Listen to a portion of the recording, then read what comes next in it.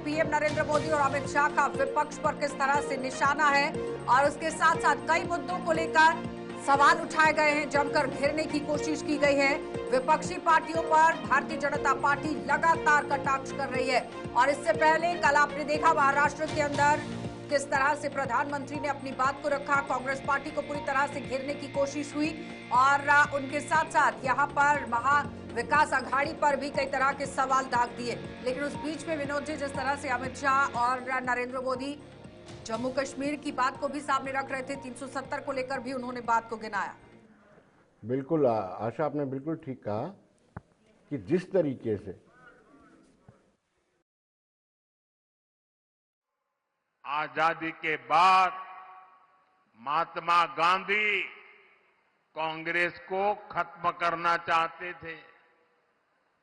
उन्होंने कहा था अब आजादी मिल गई, कांग्रेस को बिखेर दो। उन्हें कांग्रेस को लगने वाली बीमारी का अंदाजा था। जहां विभाजन की आग है, वहां जड़ में कांग्रेस का देश विरोधी राग है। कांग्रेस हमेशा देश को तोड़ने वाले षड्यंत्रों का हिस्सा रही है। इसका एक बड़ा उदाहरण है जम्मू कश्मीर।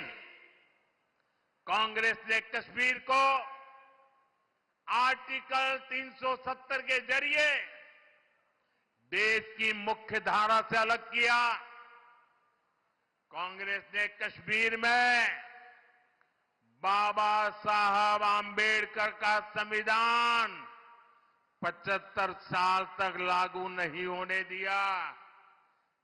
अरे शरद पवार जी जो है, इस आयु में भी झूठ बोलने से बाज नहीं आते हैं। वो कहते हैं महाराष्ट्र में इन्वेस्टमेंट नहीं आ रहा है। पवार साहब, आपकी सरकार थी ना उद्धव जी के साथ, तब नंबर नीचे गया था।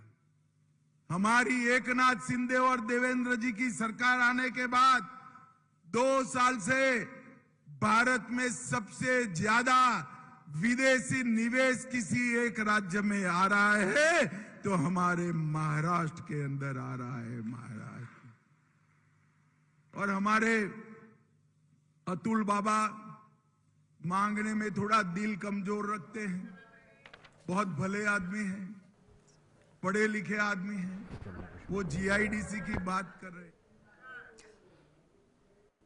चलिए, तो फिलहाल जिस तरह से जम्मू कश्मीर को लेकर लगातार मुद्दा यहां पर गिनाने की कोशिश की गई कि 370 को हटाया गया।